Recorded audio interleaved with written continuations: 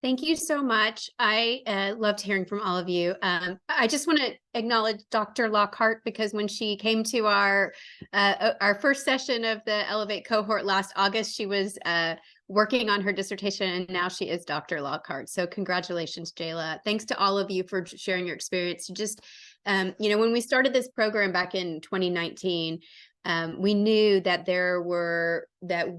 people could make a huge impact in their communities, and you all are the ones doing the work. We just helped to try to provide you some of that support and connection and training and mentoring, but you guys are the ones doing the work. And I loved hearing from you, and you validated kind of why we wanted to do this. And thank you for everything you've done. I'm now really honored to share with you the experience of 3 more of our Elevate ambassadors from last year: Alyssa Fischer-Reeder, Daria Ross, and Natalie Stevenson. Thank you all for joining us. Alyssa is coming from, where you're not in DC today, or I actually just moved. Oh, and we're now in North Carolina. Okay. Okay, great. And Daria is in Flint, Michigan, and Natalie is near Reno, Nevada. So first, I want to just give each of you a moment to introduce yourself. And I already told where you are, but tell us just a little bit about your project. So I'll start with Natalie. Thanks, Shelley. So I run a community-based survivorship program in Northern Nevada, and my project was coordinating our local National Cancer Survivors Day celebration. So we were so lucky to have Haley from NCCS come down to Reno to participate in this, but we had a panel of speakers addressing various survivorship topics, everything from advocacy to mental health, sexual health in survivorship, and finding hope in survivorship. Wonderful. Daria? Yes, thank you, Shelley. Hi, everybody. So my project was to create a curriculum for the Flint community to educate patients on effective communication and engagement with their doctors and their providers at the onset of their cancer diagnosis, guiding them on how to advocate for themselves and their health, and really to reimagine their relationship with their doctors and their providers. Great, thank you. And Alyssa? My project was to create a head and neck cancer support program, and my hope was to create a free online forum for any head and neck cancer patient survivor to access throughout the country. Wonderful. Thank you, Alyssa. So one of the first things that we ask ambassadors to do as part of the program is to really kind of talk about what are the needs of their community. And, when we talk about community, we mean it can be a variety of different kinds of community. Sometimes it's an in-person local community, and sometimes it's, as Alyssa mentioned, an online community of people. So, all of the ambassadors kind of start with a SWOT analysis of their project that really focuses on what are the needs of the community. So I would love to hear from each of you about what are the survivorship needs in your communities. I'm going to start with Daria this time. Sure, thank you. Flint is often forgotten, and then unfortunately, for almost a decade now, it's been synonymous with a water crisis. But this community was already pretty vulnerable due to economic downturns. And then the pandemic further compromised access to healthcare, health resources, education, and screenings. So the community, what I discovered, needed to be educated about their diagnosis. When I was diagnosed, I didn't know anything about cancer really, let alone my subtype triple negative breast cancer.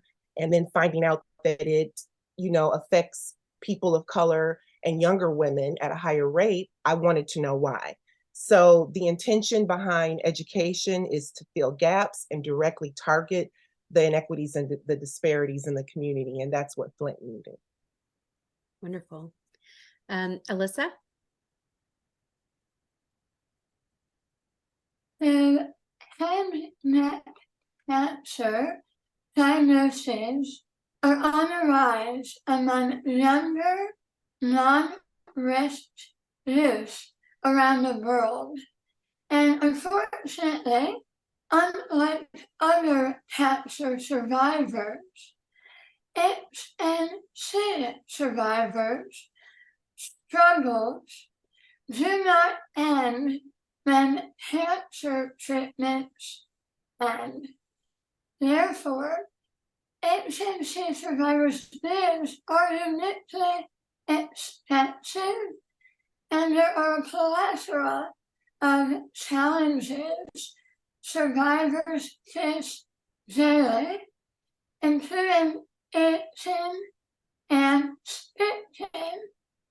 Consequently, HNC survivors have the highest rate of depression and suicide. Therefore, it is very important to me with this project to address the growing needs for emotional and psychological support for my head and neck cancer community. Thank you, Alyssa. Natalie? So most of northern Nevada is very rural. A lot of people think of Nevada and they think Las Vegas, but northern Nevada is very rural. And Reno is the largest city that services all of these very small rural communities in northern Nevada. So for our rural survivors, access to care and any additional supportive survivorship services is really tricky. Many of our survivors in northern Nevada seek treatment and doctors in California, just because the choice of doctors here is pretty limited in Reno. Also, the cancer centers are so full that patients experience and express feelings like they're being pushed and rushed through their treatment and appointments without much care for their well-being. So our largest survivorship need in our community is resources for mental health from the moment of diagnosis, support resources like community survivorship groups, and especially educational resources. Many survivors that I've worked with want more information on ways to support their bodies through their treatments, but they find it difficult getting that information from their providers, and especially the follow-up care once their treatment is finished. So those are kind of the things that we work on as a community. Wonderful. Thank you very much to all of you. So my next question is, what is the most important lesson you learned from implementing your project? I'll start with Alyssa this time. I would say working in a wonderful organization, the NCCS, is a gift. And after connecting with you and your wonderful team, I learned that there are numerous other organizations throughout the country really wanting to help cancer patients, survivors, and caregivers. I have found people looking for assistance simply to do a little research, pick up the phone, make a few emails. Don't hesitate to ask for help. You're not alone, and a lot of people want to help. Yeah, that is something definitely we heard also from our first panel. And, you know, I think I love your point, Alyssa. Like one of the things we really try to do with Elevate Ambassadors, because you are, again, you're the ones doing the work in your communities, but what we try to do is be a connector and help. And because we do know about a lot of things going on, and I just love seeing the connections you all make among yourselves. And the fact that Nicole said she would turn to, you know, her fellow ambassadors, it makes me happy to see that. And so thank you very much. So how about you, Daria? What is the lesson you learned? Sure. I think the most important lesson that I've learned is that you have to get to know your community intimately. When I was diagnosed, I decided to return to the area for treatment and everything because I had support. But once I got back here and I was in the community, after living elsewhere for 10 years, I realized that the region had changed drastically. And so with that, their needs change drastically. And so you can't come into a situation telling people what they need if you haven't spent any time with them and gotten to understand the nuances of the community. And so for me, that meant familiarizing myself with what was going on in the area and genuinely engaging, and in many cases, one-on-one with people who were either recently diagnosed at a certain stage in their survivorship or talking to caregivers directly one-on-one to find out what it is that they needed support with. And I think that you have to come from a place of authenticity, and that is really the best way that you can find out what's going on and what the needs are and how you can really provide information that's going to support the community and really elevate survivorship.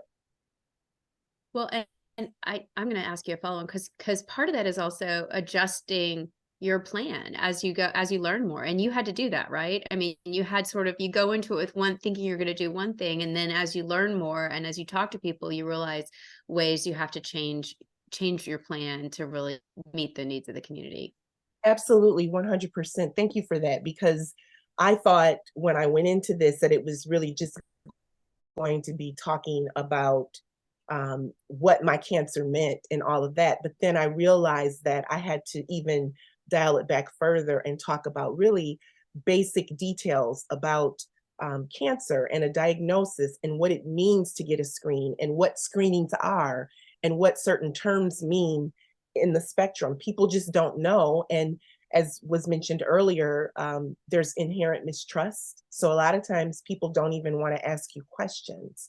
So again, that's where spending time with people and allowing them to get to know you and hear your story and the way that you are vulnerable and transparent about it, and talking about how doing so and taking that approach and what I did, how it helped improve my care and improve my relationships with my doctors. And when people in the community heard that, it was easier for them to open up and ask questions and not feel like it was, a stupid question, if you will, or they felt comfortable to be in a space of learning and vulnerability. But in order to do that, I had to adjust some of the things that I thought I wanted to talk about and really start at some basic information.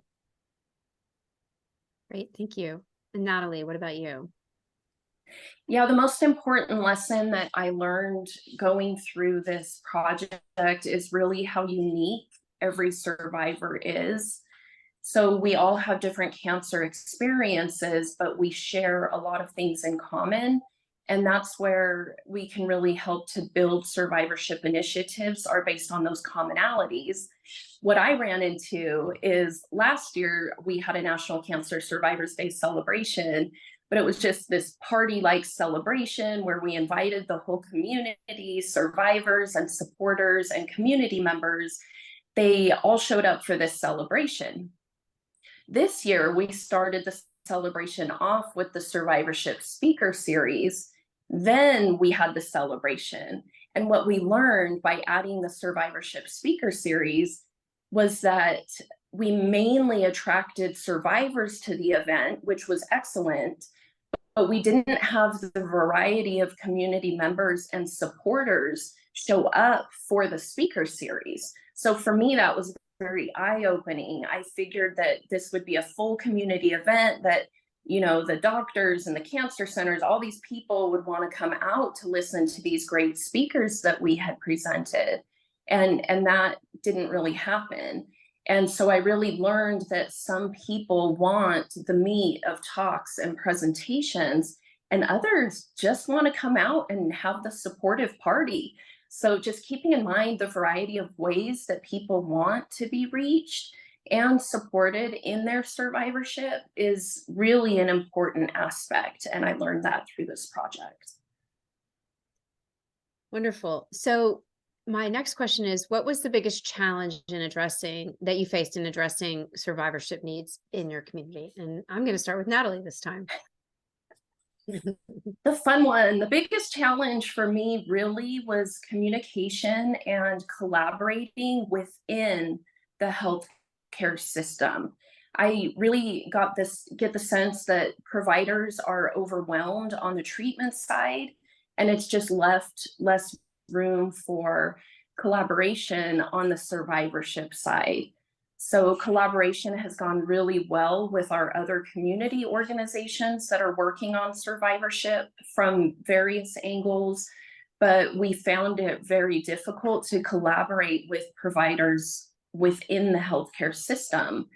And I just really feel like it's so important that our healthcare providers understand the value of survivorship care and how it can have this incredible impact on the quality of life for survivors. And it really is not just the fluff of survivorship. Survivorship care is important to recognizing the human that exists behind these treatments that are given to us.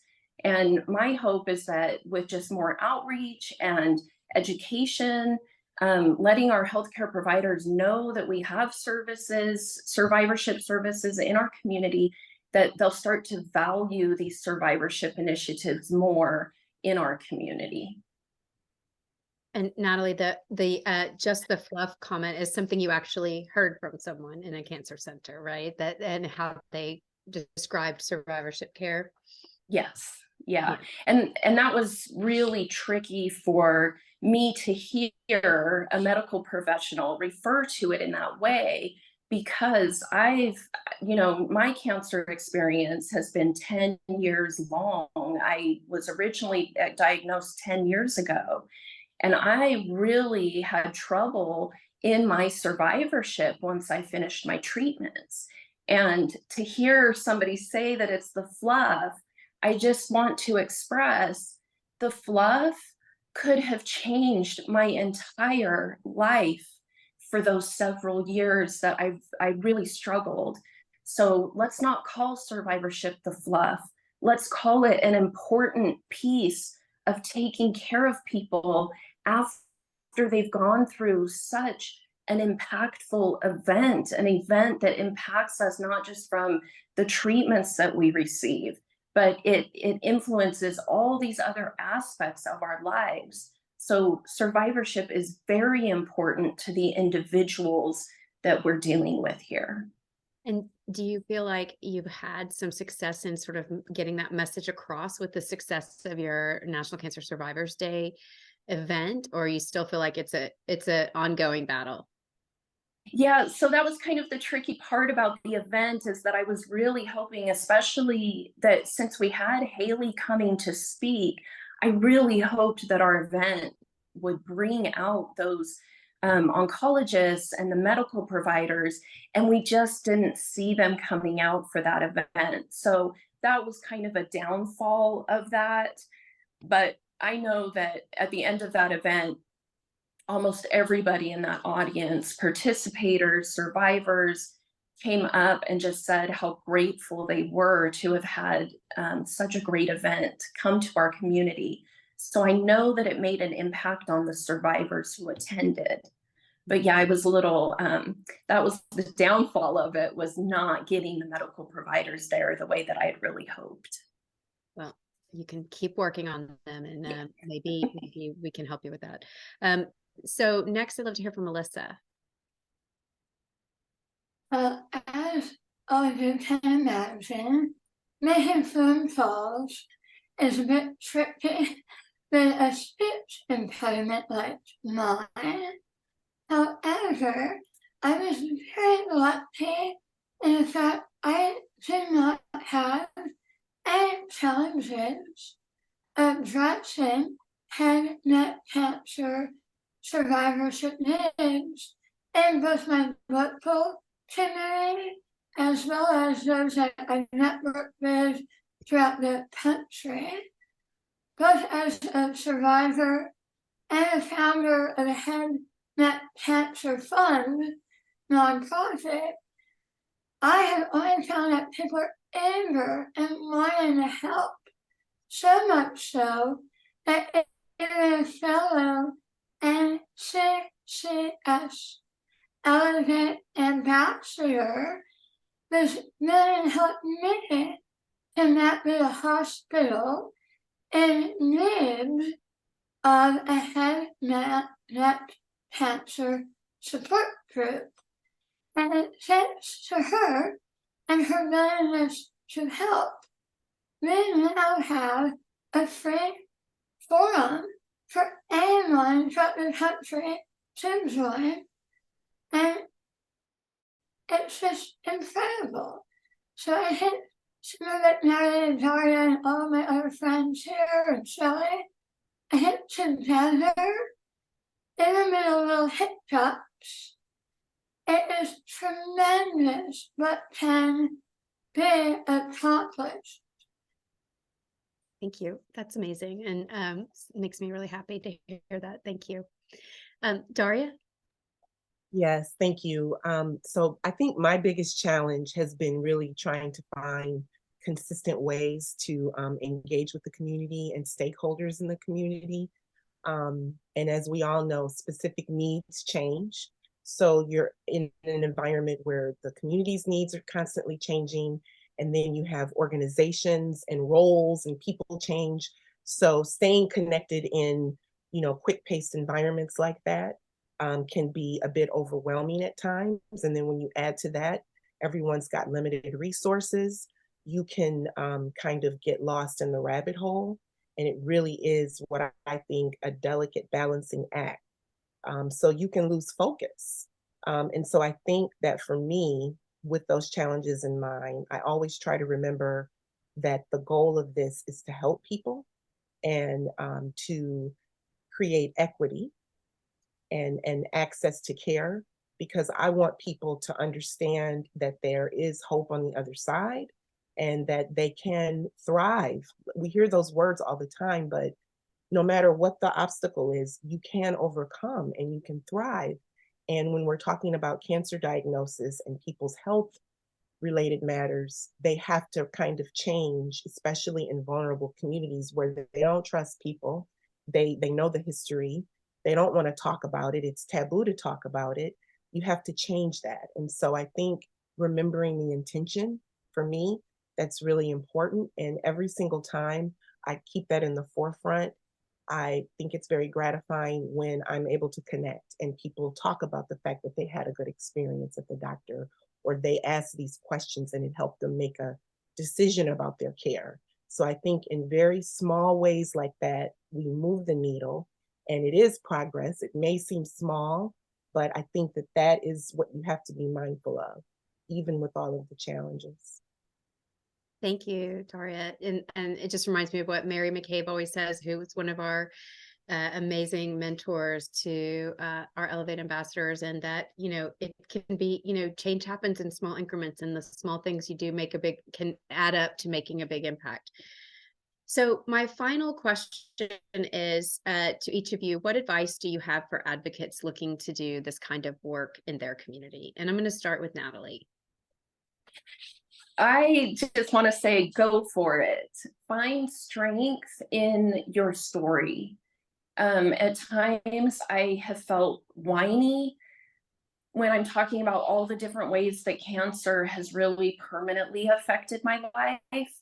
But the more I tell my story, the more other survivors around me feel good telling theirs. And it's really going to take all of us speaking up together to make positive changes in this survivorship landscape for the future generations of survivors. So just stand in your story and find strength in your story. That's my advice. Thank you, Natalie. And I've heard you talk about your story a lot, and you never sound whiny. And I think when you talk about how if you'd had this, your life would have been different. I think that's it's not just saying I have this symptom I'm dealing with, but it's like your whole life would have been different if you had this thing that you should have had all along. And I think you say it very powerfully and not at all whiny. But thank you for that advice. I appreciate it. Daria? Yes, I really agree with Natalie, but I want to say just do it. And don't allow fear to hold you back, because fear is paralyzing. And even from the standpoint of getting involved, having the courage to get involved with organizations like NCCS and not being afraid to connect with people in those environments. Sometimes you're just nervous to even do that, but allowing yourself to go for it, and remembering that the intention, and this is heart-centered work, and that if you always approach it from that perspective, you will always go back to your ultimate goal of genuinely supporting your community and helping others navigate survivorship and elevate their care. If you keep that at the forefront of your mind, you won't go wrong.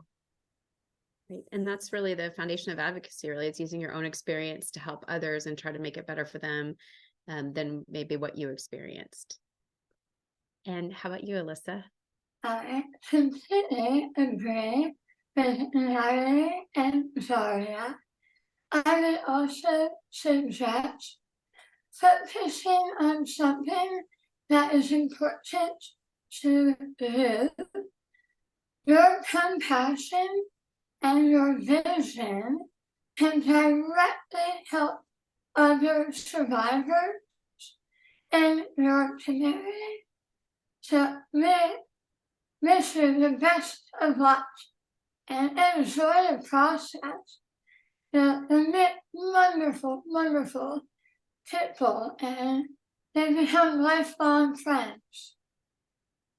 Wonderful. Thank you all very much for all that you do in your communities, but also for being here today to share your experience with us and give us hope. I really appreciate all of you. So now we're going to take a 5-minute break. Or actually, it's a little early, so we're going to give you a 7-minute break to stretch, get some water, walk around, whatever you need to do. And we'll be back at 3:35 Eastern time to hear from Dr. Richard Dem. I'm sorry, what time? 2:35. I'm getting confused on time zones. 2:35 to hear from Dr. Richard Deming. Thank you.